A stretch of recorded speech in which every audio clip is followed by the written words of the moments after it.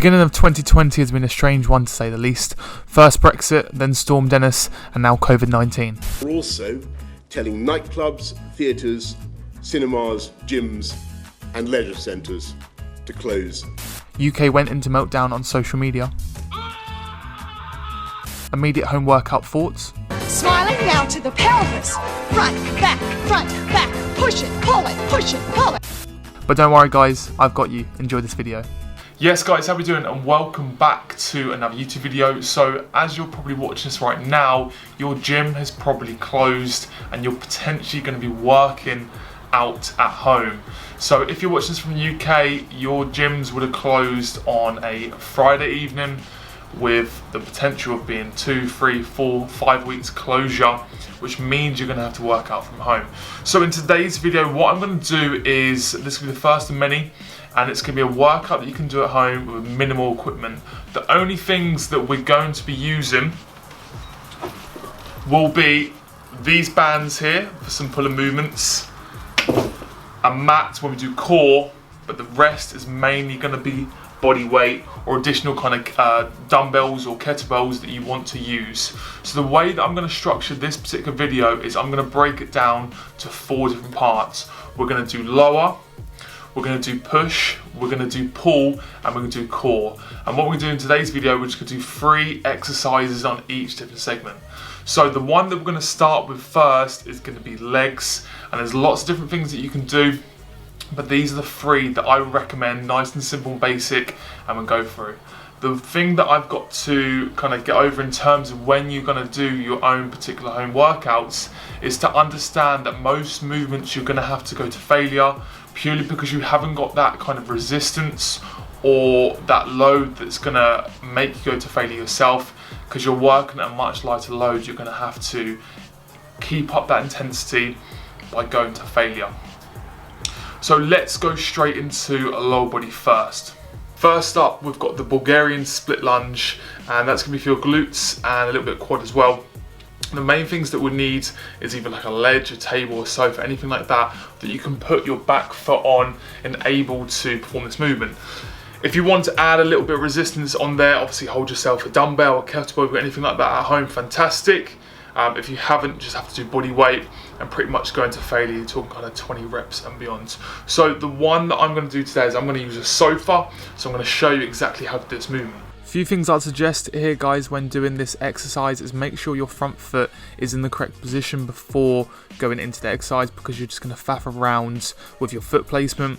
Make sure that you control the centric as you're driving the knee down also, and make sure your foot is in a comfortable position. Next up for movement number 2, we've got a single leg glute bridge. So this particular movement is like obviously doing like a hip thrust. So you're using your glutes for this particular movement. You need something like a ledge or a chair anywhere that you can put your back on. The reason I'm not going to do a hip thrust this movement and do a single leg, just because it makes the movement slightly more harder, so it's slightly more advanced for you guys. So I'm going to do this again on the sofa. I'm going to show you exactly how to perform the movement. So I have found out that this sofa is not compatible with this particular movement. So what I've done is I've basically taken this off. This surface is a little bit too hard, so I'm just going to put the cushion down. You could also do is you could also put a weight on yourself, whether it's a kettlebell or a dumbbell. I actually haven't got one at the moment that's coming the next few days, so I'm just going to use this book. Imagine it's like a 5 kilo kettlebell or a dumbbell. You can just place it in this position all the way down and a big drive up. It's nice and controlled. Make sure it's in a comfortable spot before you drive up. Really driving with this back heel into that position. Movement number 3 and the final one for our lower session. It's going to be a split lunge, so very similar to Bulgarian split lunge. This time we're not going to have our foot elevated, it's going to be on a flat surface. So this is one where you could do so many different adaptations where you're holding something. You could do like you could hold like a single kettlebell on one side. You could also get a band involved also, holding it down at the bottom part of the movement underneath your foot to create even more tension. But I'm going to show you the basic kind of version of just how to perform it. Let's go. Also with this exercise, what I'd suggest is keeping that back foot, the toes, just onto the ground rather than the whole foot. And then with your front foot, make sure that you're driving purely with your heel and able to engage the right muscles. The next area we're going to touch on is going to be push. So push is chest, shoulders and triceps. And the first exercise we're going to go through is basically push-ups. And that also hits all three parts of those movements. I'm going to show you different variations on what to do. Again, push-ups, if you're able to do these, go to failure wherever possible. The first push-up we're going to do is going to be for the triceps.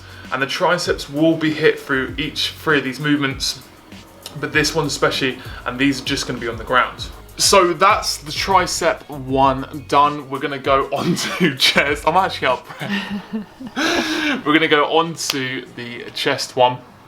And all we need is not vegan on the go, because we're going to use this book for our chest activation. So what you're going to get is, I'd probably go for thicker books like this with a hard kind of cover rather than kind of floppy ones like this.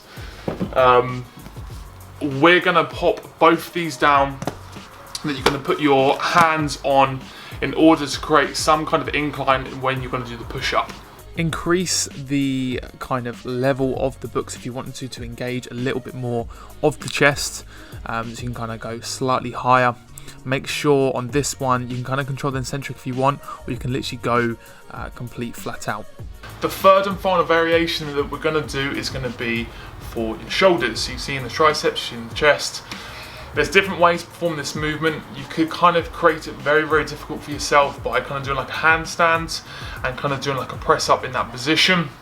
For a slightly easier, or should I say safer version of doing so, we're going to use a surface like a sofa to kind of create that incline in order to perform the movement. Again, very similar to the way that we did a split lunge, I think it was, a Bulgarian. We're going to use my sofa, I'm going to see what it feels like. If not, just make adaptations to create a slightly softer surface for yourself. We're going to use this very small but kind of hard surface that I've got here in order to do the shoulder press up. Let's try this out. Know what you're thinking, this is a really, really weird movement, but I promise you guys, in terms of this one, for the kind of shoulder engagement, it is fantastic. I'd probably recommend the kind of handstand one more, but just for a safer way of performing this exercise, doing it like this is absolutely fantastic for the shoulders. Next up we have the side lateral raise, which is going to be for the deltoids, and what we're going to need for these are these bands. I'm going to put a link in the description below where you can kind of purchase these. I think I got them for eBay for like £12. Different kind of resistance. We're just going to use one for now, but obviously you can combine more in to make it harder or easier for yourselves. So what we're going to do for this particular movement, you're going to pop your foot onto the resistance band, and then that allows you to do this particular movement as we're driving up. So drive up, control the eccentric down below.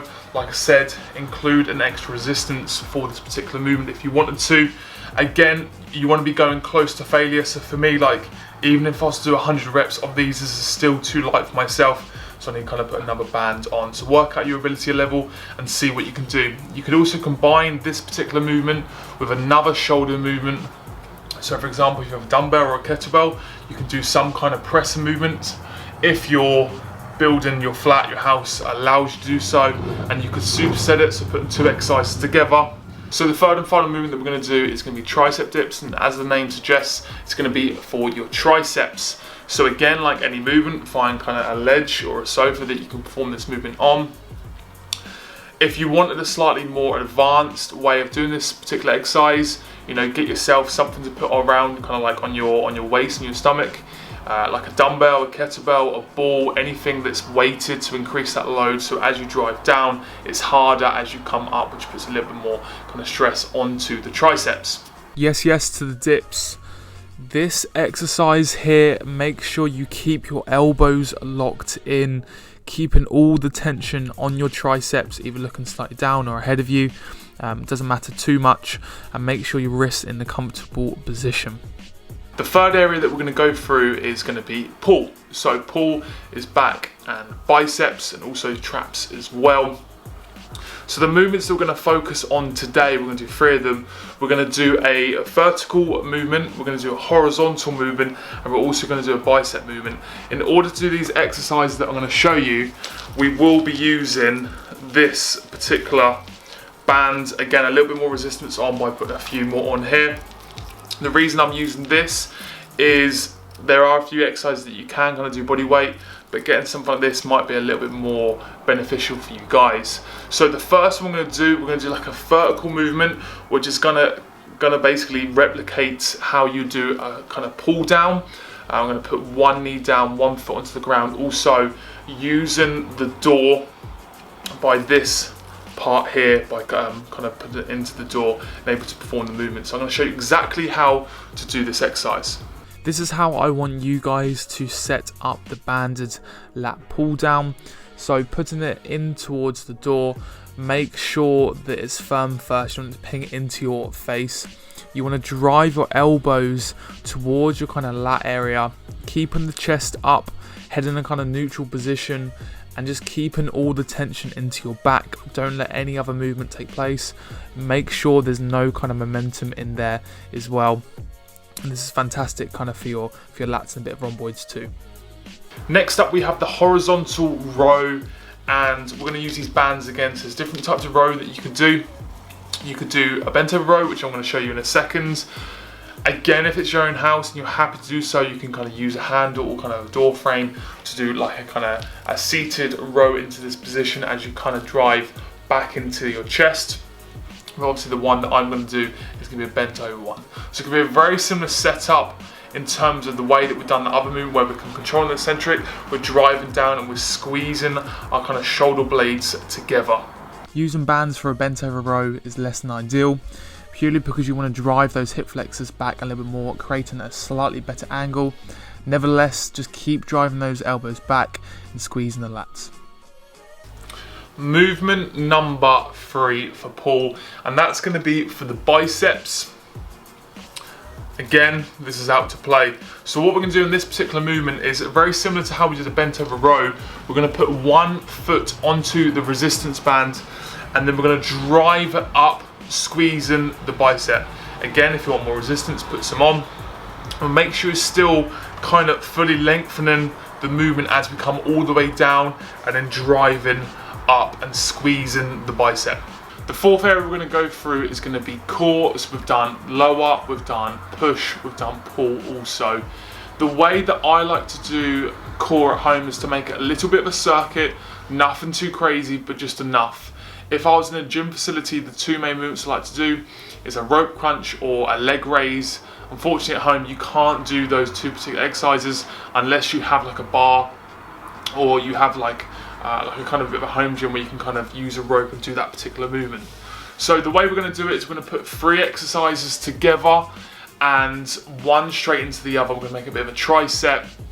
You rest for a period of time and then you're going to go again. So the first move we're going to do is going to be a knee to chest crunch.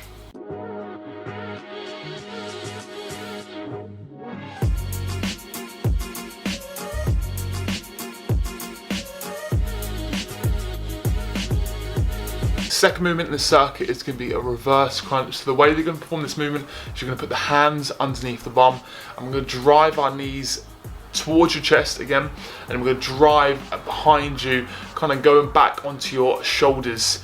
This is a fantastic movement if you can kind of control the eccentric as you go down, and then big drive up.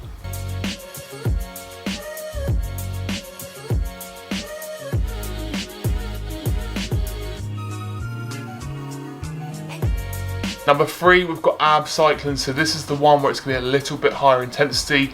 We're moving from reps to kind of seconds in this one. So what I'm going to do is I'm going to get my phone, I'm going to put a timer down.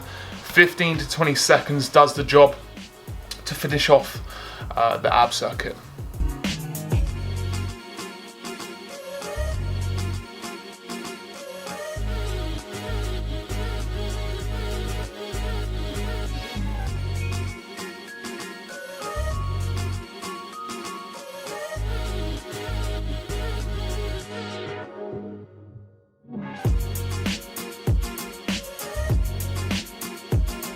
So that is all the 4 areas. We've done lower, we've done push, we've done pull, we've also done core as well.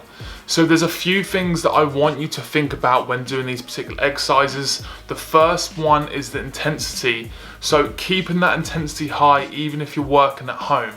The reason I haven't kind of suggested too much on sets and reps and what to do is because your ability level may be slightly different. So if you have the luxury of a kettlebell, if you have the luxury of a dumbbell, then go ahead and use it. If you don't, I would look at potentially going to failure on most exercises or increasing that kind of rep range. So for myself, as I've talked about on this channel before, 2 sets per exercise. Unfortunately, that we don't have the luxury of a 25, a 30, 35 kilo dumbbell, so we're going to have to kind of increase that rep range a little bit more. If you are working out at home, obviously take into consideration that you're going to be less active throughout the day, so making sure that you're moving as much as possible.